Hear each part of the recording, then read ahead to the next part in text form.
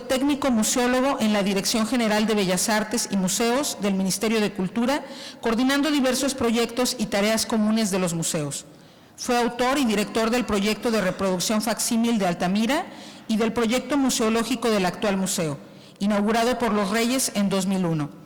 Sus líneas de investigación son la arqueología y el arte de la cueva de Altamira, el arte rupestre y los primeros pobladores de Paraguay y los grabados de estilo pisadas de América del Sur. El doctor Lacheras nos impartirá la conferencia magistral titulada La Cueva de Altamira, de primer arte a patrimonio mundial en la actualidad.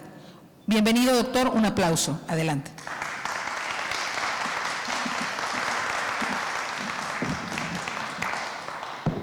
Bueno, pues muchas gracias. Para mí es un placer estar aquí, es un honor. Hacía tiempo que en una reunión de arte rupestre no disfrutaba tanto escuchando a tantos colegas con proyectos tan concretos y tan interesantes y con ponencias tan sobrevolando por el arte rupestre y con amplitud de miras y viéndolo todo, ¿no? Ha habido conferencias muy interesantes y presentaciones muy interesantes y presentaciones muy estimulantes.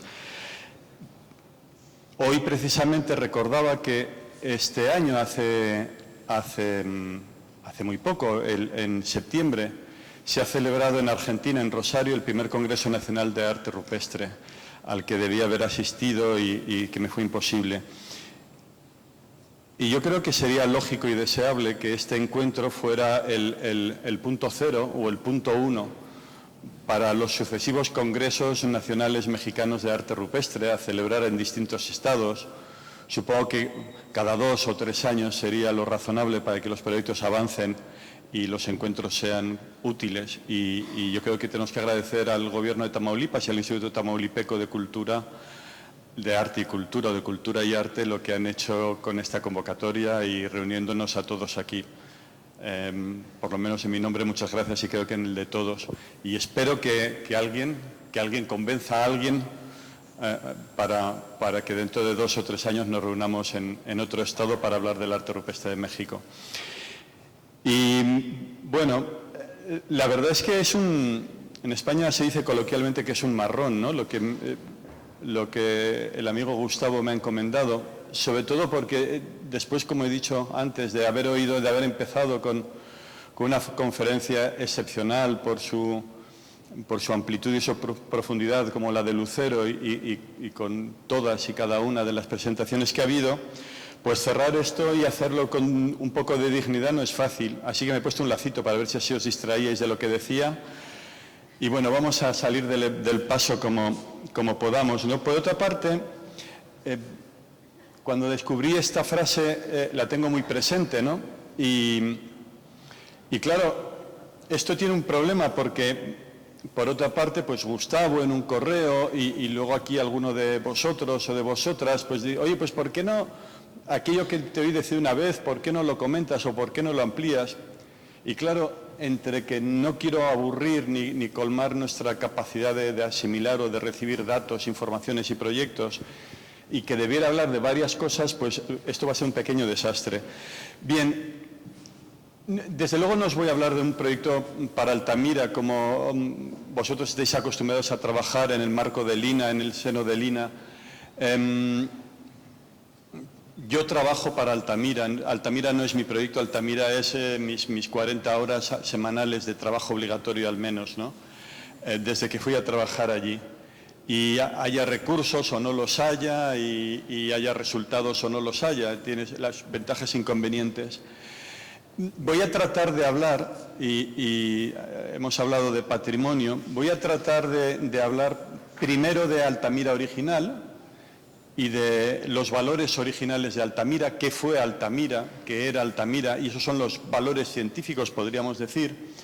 Luego trataré de hablar un poco de la Altamira moderna, en el sentido que no es la Altamira del siglo XXI, sino la del siglo pasado, el lejano siglo XX y el siglo XIX. Que tiene un valor historiográfico muy atractivo, que todos sabéis, la historia del descubrimiento de Altamira, y valores culturales también que arrancan ya a partir de su descubrimiento y valores artísticos, el impacto que provocó en la sociedad europea, en la sociedad científica y en la comunidad de artistas innovadores de finales del XIX y de comienzos del XX, el descubrimiento de Altamira y del primer arte de la humanidad. Y hablaremos también de los problemas de conservación para acabar un poco en la Altamira actual, la del siglo XXI. Y casi voy a acabar, voy a empezar por el final. En estos momentos estamos trabajando, y yo debería estar trabajando en Santander, pero me escapé gustosamente para venir aquí, en la renovación del museo, en la renovación de la exposición permanente del museo, que fue inaugurado en el 2001, hace 15 años, que esperamos trabajar lo que queda de este año y el año que viene hasta primavera, para luego proyectar y a ver si todo va como está previsto en el 2016, renovar la exposición estable, la exposición permanente del museo. ¿Dónde? Bueno, pues por si alguno no tiene muy claro el mapa de Europa y el de España, pues allí arriba de Madrid y justo encima de Madrid en el centro, en la España Verde está Santander, está la cueva de Altamira, rodeada de cuevas a 3, 4, 5, 6, 7, 8, 15, 20 kilómetros, otros 20 kilómetros de cuevas ocupadas en la misma época. Nosotros a eso, con un afán de presumir, si es que es necesario presumir de Altamira, lo llamamos el país de Altamira. Y un poco porque veáis el paisaje, hablamos de una España verde, con un paisaje de prados, donde no llueve mucho en comparación con algunas zonas de este estado, llueven solo 1000 litros al cabo del año. En Santander es la capital de provincia donde más días llueve al cabo del año, pero puede llover un ratito, una lluvia suave, agradable. Bueno, ese es el paisaje de Altamira. En invierno, a 50 kilómetros en línea recta de aquí, hay unas montañas no muy altas, esos collados están a 1100, esas montañas están a 1250, 1300 metros de altura, pero bueno, marcan la diferencia entre la franja verde costera de España y la meseta fría y árida. Y ese es el museo visto desde el aire y esa es la huella de la cueva de Altamira. El museo es un recinto de casi 200.000 metros cuadrados. Ahí está la zona de aparcamiento, que como es fea la quitamos en las fotos. Bueno, esa es la zona del museo y ese es el paisaje donde desde la vaguada de enfrente impacta más en el paisaje las casas de los vecinos que la propia arquitectura del edificio contemporáneo. Bueno, pues ese es el museo y esa es la planta de la cueva. ¿Cómo era la cueva? ¿Cómo es la cueva? Bueno, pues la cueva es así. Estos son 270, 280 metros de longitud. Lo que veis marrón son derrumbes naturales producidos, unos hace 13.000 años que cerraron la cueva, otros mientras estaba excavando, otros en 1930, otro en 1960 por aquí, otro en 1970, una piedra pequeñita, pero en fin, la cueva es inestable y eso hace que una vez que se descubre y por miedo a que esa inestabilidad afecte a zonas pintadas, la cueva se transforma para hacerla visitable, se nivela el suelo y aparecen muros artificiales bastante bien camuflados y uno no se da cuenta, pero todos esos muros que veis por allí, todo esto que veis aquí, la mitad de esta foto, pues de esta línea hacia la derecha es artificial, son muros y construcciones artificiales. Todo lo que veis de un color que no es el cremita son las alteraciones o por derrumbes naturales o transformaciones para hacer la cueva visitable. De tal manera que me adelanto ahora a la cueva de Altamira. ¿Alguien ha entrado a la cueva de Altamira? No me acordaba. Bien, bueno, uno al menos. Ahora se entra por una puerta pequeña, pero hace 13.000 años antes del derrumbe allí había una gran boca de cueva que daba lugar a un amplio vestíbulo luminoso. Esa es la cueva de ahora. Se entra por una puerta, se ve el yacimiento, que los guías dicen que es la cocina porque hay huesos y cenizas, y luego por un pasillo se llega a la sala de pinturas. Bien, todo eso es siglo XXI, siglo XX, puerta, pasillo, sala, cocina. La cueva que descubrió Sautula es la que él entró por un agujero y resbalándose por ahí llegaba a la zona de pinturas, y la cueva de hace 15, 20 o 30.000 años era un espacio luminoso donde a partir de la penumbra allí empezaba el arte y ahí se concentraba el techo de los bisontes que todos conocéis. Y esta es una imagen de un aspecto natural de la cueva en una zona que no fue adaptada para la visita, donde veis que son estratos horizontales de caliza que se van hundiendo, el nivel freático está por debajo y crea ese caos de grandes bloques en el suelo. Estos son, porque os hagáis una idea, casi 4 metros. Y, bueno, pues por ahí uno circularía como pudiera para ir hacia el fondo, hacer esos dibujos y pinturas que luego veremos. ¿De cuándo vamos a hablar? ¿Cuál es el tiempo de Altamira? Pues bueno, es lo que en Europa llamamos el Paleolítico Superior. Es ese tiempo que se inicia con la llegada de nuestra especie, de nosotros mismos a Europa, que sabemos que ocurre ya sabemos que fue hace 40.000 años o quizá un poco más, que el clima era en general más fresco y húmedo, con algunos siglos o algunos milenios de fluctuaciones más frías. Fluctuaciones más frías significa que en Santander, donde yo vivo, ahora nieva 1 o ninguno días al año, y hace 15.000 años, en plena glaciación, nevaba unos 15 días al año, que ahora las máximas son de 30 grados y lo normal es en julio y agosto, que hace mucho calor, que haya 25 grados, y hace 15.000 años las máximas serían de 25 grados y con los meses más cálidos tendrían 22 grados de temperatura, es decir, que tampoco es aquello de ir todo el día temblando de frío, nevándole a uno encima, ¿no? Esto de las glaciaciones, como siempre para hablar de glaciaciones ponemos un dibujito con nieve, pensamos que es que nevaba todo el año. No, lo sabemos bien y lo sabéis bien. En un paisaje de estepa o de tipo parque en Cantabria, un poco como el de la foto, esos prados eran de siega, pero hay que imaginarse Cantabria como una gran pradera húmeda, con bosques de galería junto a los cursos de los ríos, bosquetes en las dolinas, en los hundimientos naturales del terreno, en las zonas protegidas. Es decir, un paisaje muy diverso biológicamente y con una gran carga de proteína, con una gran carga de carne alimentándose de esa hierba, ¿no? Ya sabéis que es más proteínica una pradera que una selva, ¿no? Era un medio favorable realmente. Bueno, con animales iguales a los que hay ahora, con algunos que no están aquí, pero están un poco más allá. En Escandinavia hay renos y en Polonia hay bisontes. Todavía queda un bosque con bisontes y mamuts no hay, pero cualquier día los fabricaremos de nuevo, o sea que no hay mayor problema.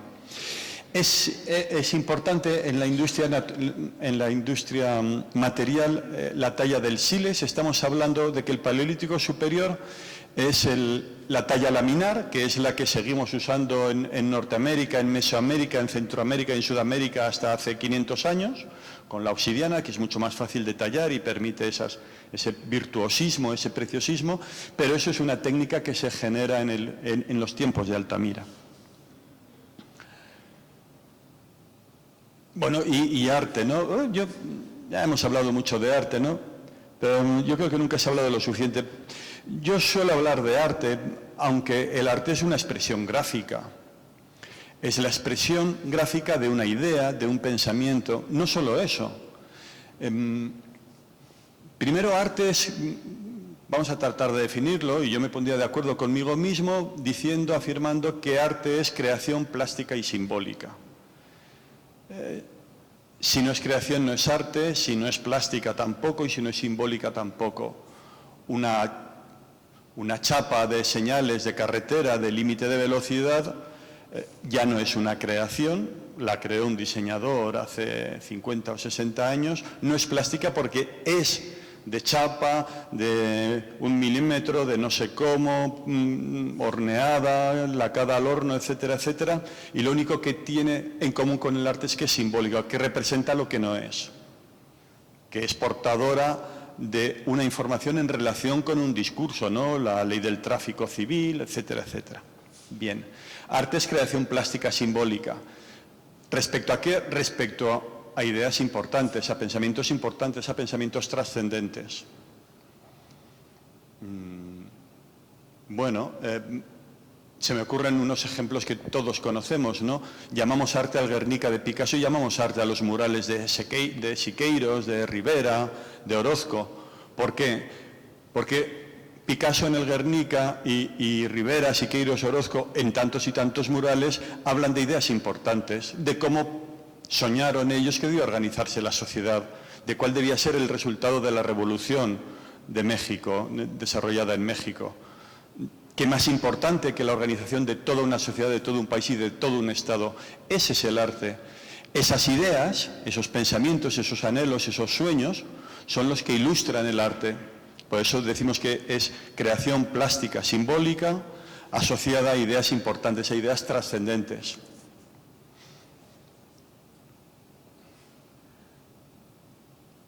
Bueno, y en el caso del arte rupestre del Paleolítico, que es muy distinto de todo lo que hemos estado hablando ahora, pues tenemos desde el principio imágenes con un referente natural, que llamamos figuración, o imágenes que no tienen un referente natural y que llamamos abstracción.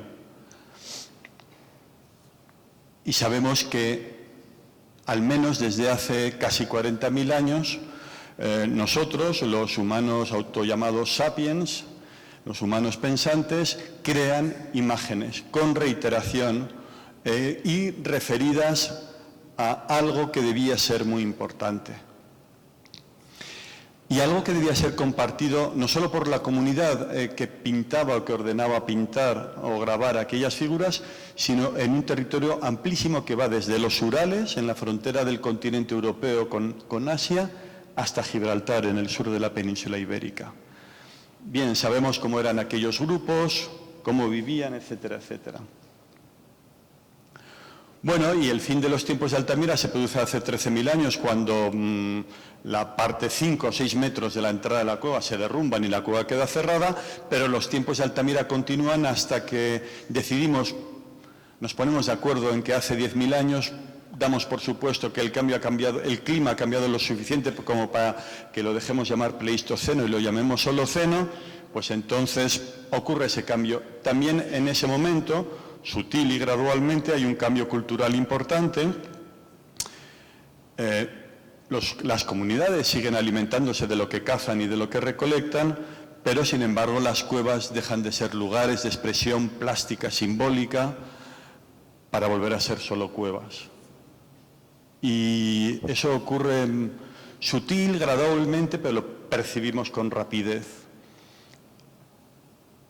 En un momento están pintándose o se acaban de pintar animales en varias cuevas siguiendo una tradición milenaria y poco tiempo después no se pinta en ninguna cueva y no se vuelve a utilizar las cuevas hasta algunos milenios después.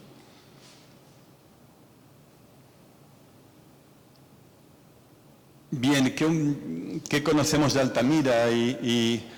Bueno, pues digamos que más que por proyectos concretos funcionamos con grandes ideas, con grandes tareas y funcionamos con líneas abiertas de trabajo porque, como sabéis, pues en estos momentos en España la disponibilidad de recursos, bueno, el Museo de Altamira no sabe ahora qué presupuesto tendrá el año que viene, sabe que tendrá mucho menos que el anterior, pero ahora ha sobrado algo y dice, ¿tienes algo para gastarnos el dinero? Si no se lo queda el Ministerio de Hacienda, pero sabemos que el año que viene habrá menos, pero no sabemos ni cuándo sabremos ni cuánto dispondrá el museo el año que viene. Por lo tanto, tenemos unas líneas de trabajo abiertas en las que trabajamos con un sentido de oportunidad, podríamos decir. Pero vaya, digamos que creemos que nuestra mayor atención en estos momentos debe dedicarse a revisar, a hacer de una vez el catálogo del arte, de la expresión plástica simbólica de Altamira, que además tiene problemas porque en la cueva no se puede estar mucho tiempo ni muchas personas, al contrario, se puede estar solo muy pocos minutos y muy pocas personas. Pero bueno, en esa línea de trabajo queremos seguir aplicando los sistemas de datación que se van desarrollando ahora, de análisis de calcita, de micromuestras de calcita sobre las pinturas y análisis multiespectral tipo D-Stretch. Pero bueno, hemos visto que hay otras maneras de trabajar con las imágenes digitales, requieren la ayuda de profesionales externos. La verdad es que el D-Stretch es mano de santo, que se dice en España, supongo que aquí también, porque es fantástico. Pero bueno, lo que hemos obtenido en estos últimos años, como parte de esa línea de trabajo, ha sido una nueva topografía, un modelo 3D de altísima resolución y una nueva imagen del techo, que no sé si la tengo por aquí, ¿no?, en la que tenemos una imagen del techo con 16 píxeles por milímetro, que pesan no sé cuántos terabytes, pero que nos permitirá analizar lo que de otra manera no podríamos ver en el techo de Altamira y que sabemos que existe. Bueno, estas son las excavaciones que hemos hecho en las cuevas del entorno, excavaciones muy concretas, revisar una estratigrafía para obtener ahí datos paleoclimáticos que no ofrece el suelo de Altamira por la acidez, pequeñas excavaciones simplemente en la excavación antigua de la cueva en 4 metros cuadrados, el frente de 1 metro de profundidad donde detectamos la existencia de un nuevo nivel, ampliamos las ocupaciones, tenemos una secuencia cronológica más correcta y también ese es el derrumbe que sella la cueva y esas piedras, esa piedra en concreto forman parte de ese estrato, la cueva llegaba hasta aquí, entonces pudimos excavar fuera en lo que antes era dentro, ver el límite del yacimiento, tuvimos unos datos muy concretos de las últimas ocupaciones, digamos que hemos hecho de arqueología todo lo que se podía hacer. Este es uno de los resultados más notables del programa de dataciones que estamos desarrollando con colegas de varios sitios, de la Universidad de Bristol, además un colega muy brillante que cada año se lo lleva de una universidad a otra, y bueno, Dirk Hoffman, y hicimos fue datar lo que es datar la calcita depositada sobre la pintura o junto a la pintura, ¿no? Y obtener una fecha antequem, saber que esa pintura se hizo al menos un poco antes de la fecha que proporciona el uranio, la serie de uranio-torio de esa calcita. Bueno, y aquí en este caso, ese depósito de calcita sobre ese caballo rojo que veis allí nos permitió tener una fecha de referencia para ese caballo muy interesante porque debajo de todos los bisontes en toda esta parte del techo hay una serie muy numerosa de grandes caballos rojos en las mismas posiciones para los que no teníamos ninguna datación absoluta al no haber materia orgánica que datar. Bueno, esa es la topografía en 3D y esa es la imagen de 16 píxeles por milímetro con la que esperamos desarrollar el catálogo del techo a partir de la misma y del análisis multiespectral. Y bueno, con ese análisis multiespectral de 30 y en algún caso hasta de 400 bandas, pues realmente sitios donde no se veía nada y no se veía nada, ni siquiera el Avatar-Rail vio, pues bueno, ahí falta la imagen en la que se ve pues todo lo que hay por allí, ¿no? Un poco como estáis haciendo todos, cada uno en vuestro proyecto, ¿no? En estos momentos en la cueva de Altamira hay 30 fechas que se han ido haciendo. La primera fecha por carbono 14 que hizo Libby en 1950 y pico en España, la hizo para Altamira, que está allí. No se ve, pero creérmelo, no os mentiría en una tontería como esa. Tenemos 30 y pico fechas que nos permiten entender, tanto con las de arte como las de la estratigrafía, bastante bien el esquema general de Altamira, que es el que podemos tener aquí, donde finalmente hay una notable correlación entre la cronología y los niveles arqueológicos y la estratigrafía artística en el techo de Altamira. Nos queda descolgada esa fecha de más de 35.000 años para ese signo, pero procedentes del interior de la cueva hay, en el Museo Arqueológico Nacional de Madrid, hay unos útiles de tipología antigua que corresponderían incluso a un momento anterior a la Auriñaciense, o sea que sería cuestión de excavar un poquito más y de un poco de suerte para encontrar, si no es en este punto, porque allí hay un suelo de roca, encontrar la secuencia estratigráfica acorde con el arte. Bueno, eso significa que hemos acabado una pequeña parte.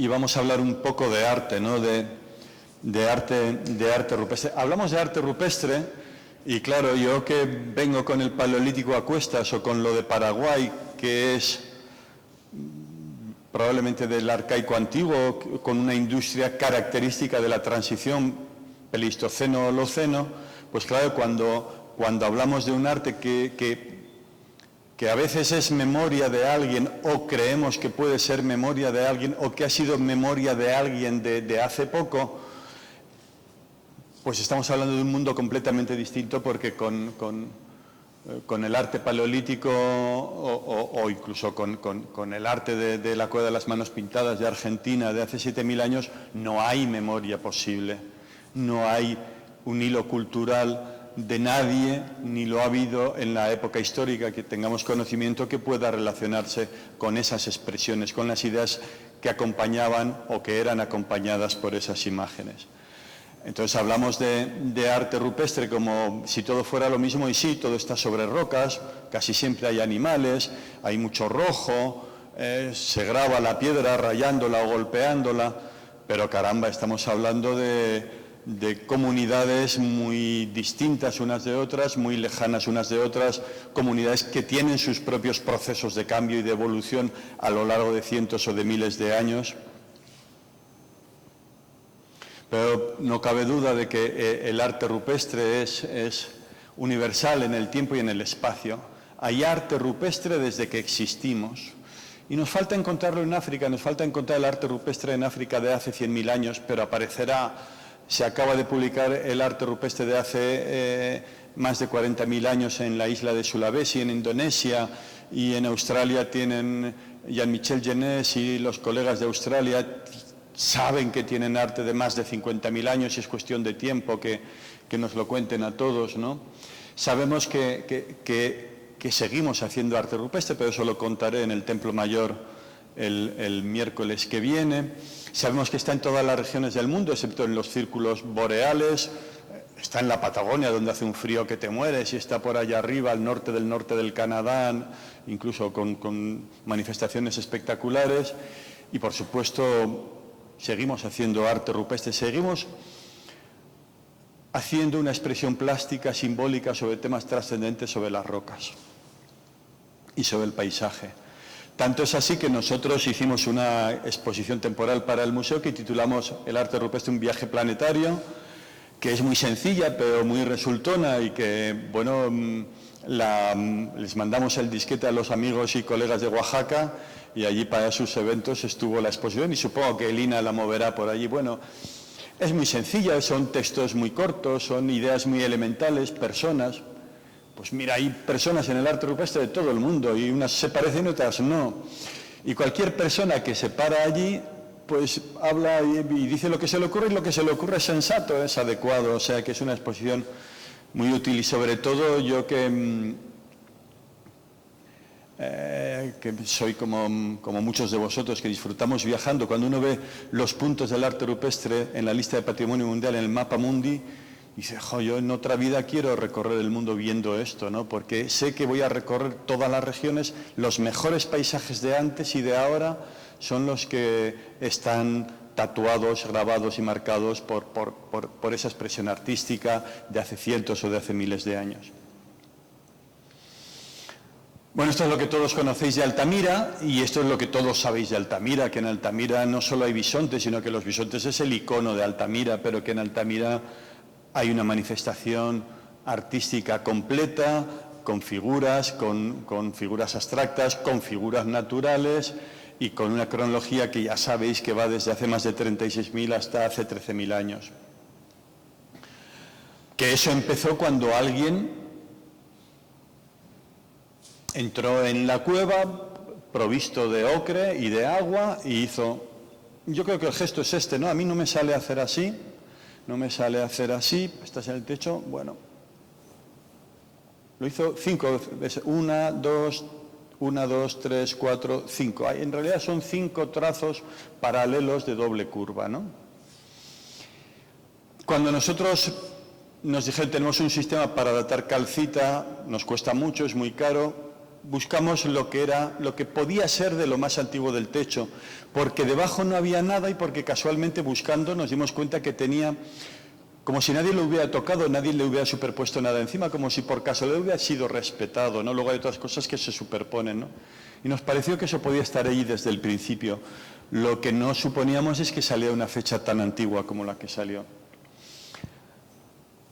no hay que equivocarse, ese primer arte es un signo abstracto, pero mientras en Altamira alguien está haciendo esto, en Alemania alguien está haciendo esto, en otra cueva alguien está haciendo esto, hace casi 40.000 años o hace más de 30 y pico mil años, en otra cueva de Alemania alguien está tocando una flauta con 7 agujeros, es decir, puede tocar música clásica y música contemporánea, en otra cueva alguien está haciendo esculturitas como estas, y en Francia, en Chauvet, alguien está pintando así.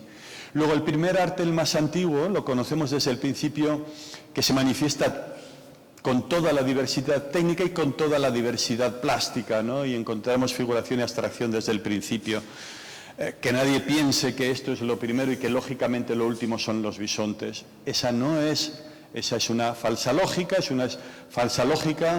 de la que nos convenció a unos más que a otros Leroy Agurán durante muchos años, pero ya sabemos desde hace años que es un error, fue un trabajo muy estimulante, pero para continuar trabajando a partir de Leroy Agurán y de su arte de las cavernas, no para llegar a él y encajando en el arte del Paleolítico europeo, ni para utilizar el trabajo del arte del Paleolítico europeo como un modelo en el que encajar, como se intentó en algún momento, el arte rupestre en América en los primeros años a mediados del siglo XX. Después de ese signo sabemos que el techo de Altamira se puebla de caballos rojos y de manos y de series de puntos digitales, es decir, con el dedo. En un periodo gravetiense que no nos atrevíamos a pensar que podían ser tan antiguos esos caballos, hasta que al revisar la estratigrafía en la base encontramos un nivel con restos gravetienses y con fechaciones gravetienses.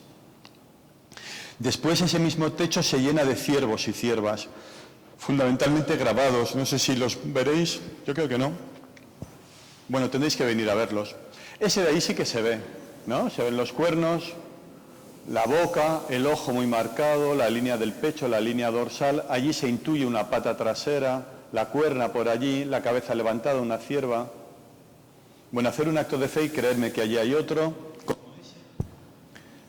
Eso de allí es esto. Y eso de allí es esto. Bueno, y son ciervos, son machos, tienen cuernos y están en berrea. Es decir, el tema no es el ciervo, el tema es el ciervo macho y el tema es el ciervo macho en celo. Y sabemos que comían ciervo todo el año. Luego, el tema no es la comida de ciervos. El tema es el ciervo. ¿Y para qué sirve pintar ciervos? Pues seguramente para acompañar ideas importantes. El problema es que no sabemos qué idea era la que acompañaban. Por eso, cuando ayer alguien ponía el dedo en la llaga o en el ojo, no sé bien, y decía que cuando uno va a un museo y ve artefactos, se pregunta, ¿y esto para qué sirve? Y cuando uno se planta delante de un arte rupestre, dice, ¿y qué? Bien, yo creo que aparecerá alguna imagen en la que yo me pregunto, ¿esto para qué sirvió, no?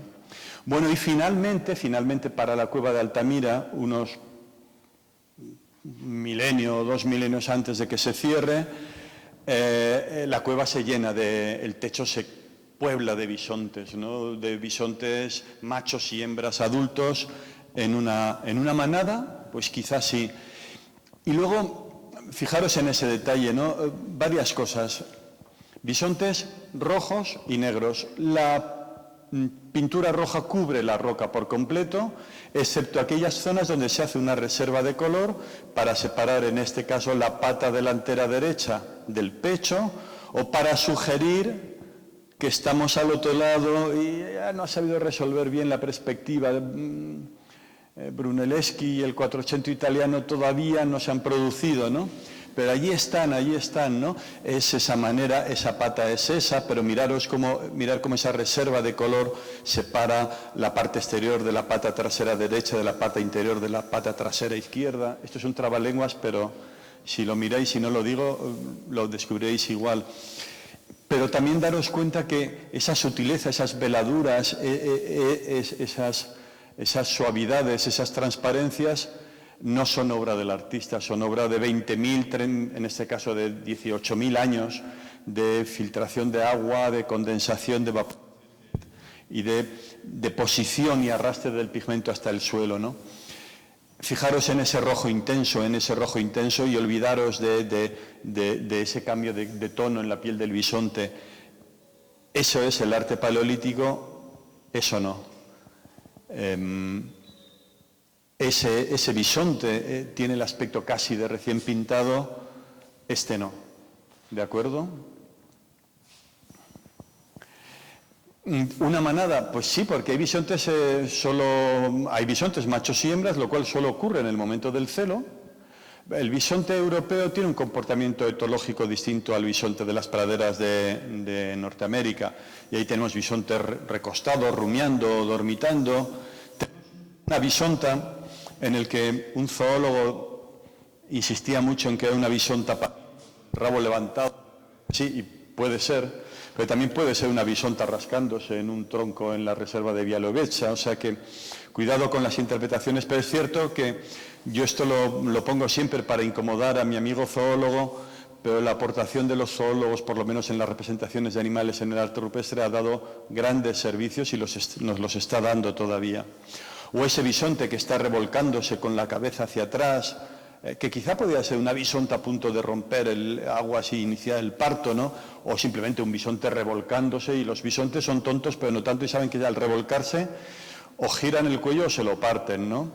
Con lo cual ahí tenemos un bisonte que puede estar revolcándose un poco como este.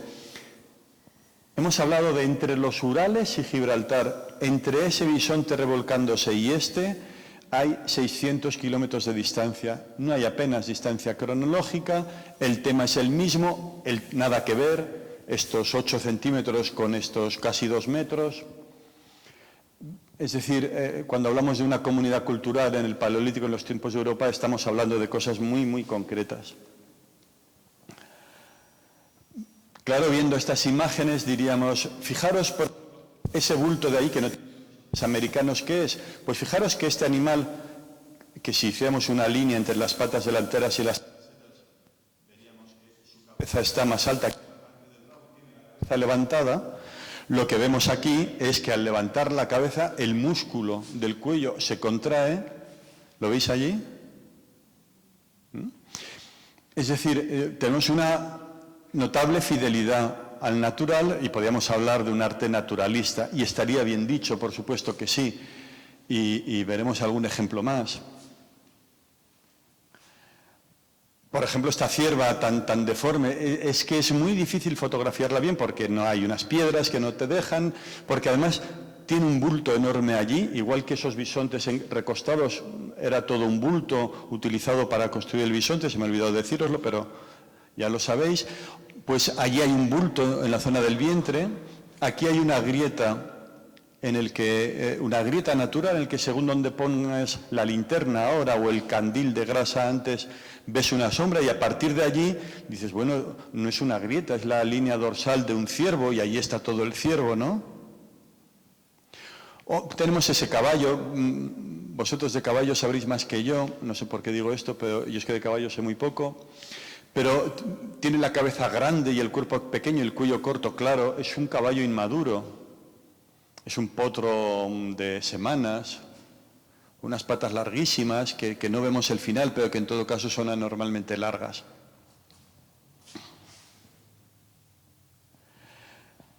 Bueno, hemos visto que es un arte naturalista que reproduce fielmente la naturaleza, pero muy fielmente, porque claro, cuando uno ve un bisonte rojo y negro, dice, hombre, eso parece un bisonte opart, ¿no? Estas cosas, esta moda horrible de hace 30 años, ¿no? Los bisontes no son de dos colores, sí, los bisontes son de dos colores a condición de que, como casi siempre, en verano hayan estado rumiando en el barro fresco, o como casi siempre en invierno el suelo embarrado donde han rumiado se les queda pegado el barro justo desde el arranque del rabo hasta la axila, ¿no? Es lo que vemos allí. Naturalismo hasta el punto de que en estas cabras, fijaos en el cuerno, o en esto, y fijaros en esa cabra, sabemos que esta cabra es la subespecie pirenaica. El resto de las cabras de Eurasia tienen el cuerno con una sola curva, como esas del Gran Paradís en Italia. Solo la cabra de los Pirineos hacia Gibraltar tiene los cuernos con una sutil doble curva. Es decir, aunque dibujen una cabra con 8 o 9 líneas con las que está dibujado esa, sabemos que subespecie. Y hay una cueva en Francia donde aparecen los dos tipos de cabras, que solo se distinguen por la forma del cuerno, o con un solo centro o con dos. Es decir, naturalismo sí, claro que hay naturalismo. ¿Que no hay naturalismo en este caballo? Claro, lo que pasa que le acababan de cortar la hierba, si no veríais las patas que tenía. Antes de que le cortaran la hierba, no tenía patas como este. ¿Qué quiere decir? ¿Que hay un gran naturalismo? Por supuesto que sí. Pero junto al naturalismo encontramos la abstracción más absoluta. Y la abstracción más absoluta significa el esfuerzo que tiene que hacer un colectivo para entender lo que está representando y que no tiene un referente natural objetivo. Pues bien, a la vez que están pintando esos bisontes, esos caballos y esos ciervos naturalistas, están haciendo estos 3,5 metros de signo rojo, están haciendo eso, el signo es esto, Lo que pasa es que hay varios superpuestos, están haciendo estas series como de trazos paralelos alargados, cortados por otros más pequeños, que son como los de la cueva de la Pasiega, está mal rotulada, o ese castillo, puede que ese sea castillo, o como este Mondrian de la cueva de Lascaux. Es decir, en todas las cuevas junto al naturalismo encontraremos también la abstracción. Bueno, y si vamos a hablar del tema para pasar de hablar de la técnica, pues encontraremos en Altamira que el último bisonte, fechado hace 13.000 y pico años, no, pues fechado hace poco, en hace 13.000 y pico años, pues está pintado de una manera, con una técnica que teníamos hace 15.000 años y que olvidamos hasta el siglo XIV, hasta los dibujos preparatorios, hasta los bocetos, hasta los dibujos a lápiz de Miguel Ángel y de los pintores italianos del 480, hasta los esbozos sobre las pinturas al fresco, con la encáustica, con la cal muerta, o hasta las grisallas con las que decoramos deprisa y corriendo las iglesias coloniales barrocas en blanco, negro y gris, ¿no? Pues bien, esa manera de dibujar apretando con el carbón y extendiéndolo la tenemos hace 14.000 años en Altamira y en otras cuevas. Y la tenemos en este bisonte y en este, pero es que entre este bisonte y este está ese polícromo. Es decir, esta técnica que es igual, por en medio pasó el tiempo suficiente como para que este bisonte fuera parcialmente cubierto por uno de los bisontes polícromos. Es decir, el arte, desde que lo conocemos en Chauvet, desde lo conocemos en el Auriñaciense, se manifiesta con una absoluta plenitud de temas, de técnicas y de estilos. Y por lo tanto, cualquier cosa que leamos o hayamos leído o hayamos oído sobre una evolución de lo supuestamente sencillo, la geometría abstracta, a lo supuestamente complicado, los bisontes naturalistas de Altamira, es un error.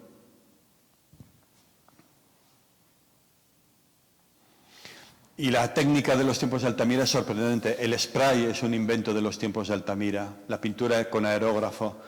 Hay una foto preciosa allí de una mano salpicada de pintura roja. Hacer la prueba, llenaros la boca con cualquier bebida espantosa tipo Coca-Cola y soplar.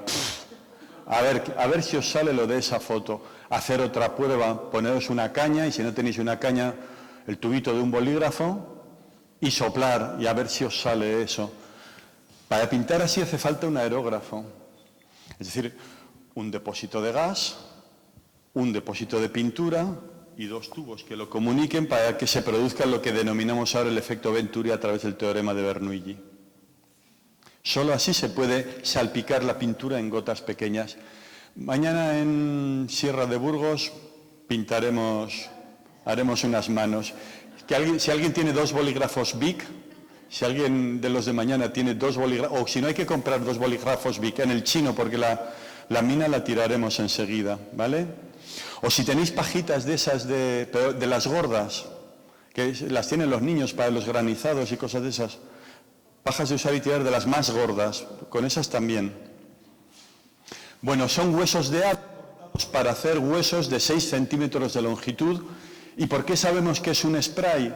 Porque están manchados, el que no estaba expuesto y no lo limpiaron bien, estaba lleno de ocre por dentro y por fuera. pero por dentro pintadito, porque por allí había circulado, no aspirando sino soplando aire, por allí había circulado la pintura para luego proyectarse en forma de microgotas, tal y como vemos allí. Podemos hacer una lectura técnico-artística del primer arte o del arte de las cavernas europeas. Hay unidades de tema,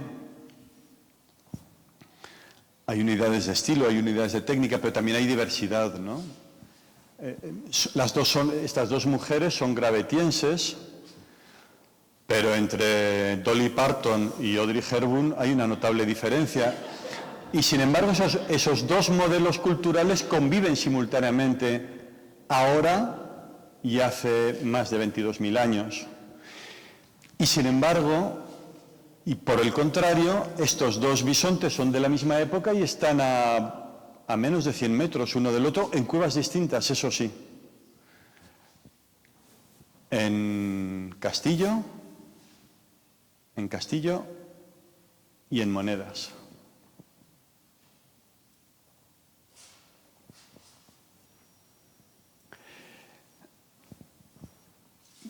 No, está claro lo que representa. Representa bisontes, representa ciervos, no representa la naturaleza, representa solo algunos elementos naturales, no toda la fauna, solo ciervos o renos, bisontes o toros, caballos y cabras. Esos son el 90 y casi todos % de las figuras identificadas en el arte rupestre paleolítico. El 3% restante son los mamús, los 20 leones de la cueva Chauvet o los 50 leones de Chauvet, los 3 búhos, 4 peces, un mustélido, un cuervo, un grillo, un saltamontes. No se representa la naturaleza, se representan ciervos, bisontes, caballos y cabras. ¿Qué significa eso? Que lo que se representa es por los valores culturales, como el IVA, por el valor añadido, por el valor cultural. Y que cuando contamos los huesos que encontramos en las cuevas nos damos cuenta de esto, como en la cueva de Caín, que la relación entre animales representados en el arte y animales cazados y comidos en la entrada, en el yacimiento de la cueva, puede ser inversamente proporcional. Cuanto más animal pintado, menos comido. Luego, no podemos establecer una relación directa entre el arte y la caza. Quizá pudiéramos establecerla entre el arte y la caza, pero no entre el arte y la alimentación. La alimentación nunca ha sido un tema del arte, eso cualquier historiador del arte lo sabe. La alimentación nunca ha sido objeto del arte, porque no es un tema importante ni trascendente. Archimboldo no pinta el postre. Archimboldo hace otras cosas. Y Meléndez, cuando pinta esos cardos en una alacena, los recordáis de la historia del arte, os habéis ido al Museo del Prado, los habréis visto, un cardo apoyado allí en una ventana negra, no está pintando la comida de un pobre. Bien, pues aquí tampoco, está claro que no están representando ni lo que cazaban ni lo que comían. En Lascaux, por ejemplo, el 90 y no sé cuántos % de los huesos hallados son huesos de reno. ¿Sabéis cuántos renos hay en Lascaux entre las 1.400 figuras pintadas y grabadas? Ni uno. Es muy importante, y yo lo único que he echado de menos, pero se comprende, porque en Europa el arte de las cavernas lleva estudiándose 115 años, 112 años, no, 135 años, porque el primero fue Sautola, y aquí lleváis menos tiempo, pero hay que dedicarle esfuerzo y tiempo y neuronas y recursos al contexto arqueológico. Esa es la clave. Bueno, y puestos a interpretar, démonos cuenta que cuando un caballo, ese no es un caballo corriendo, ese es un caballo rampante, porque cuando un caballo proyecta las manos hacia adelante, la cabeza y el cuello también se proyectan hacia adelante.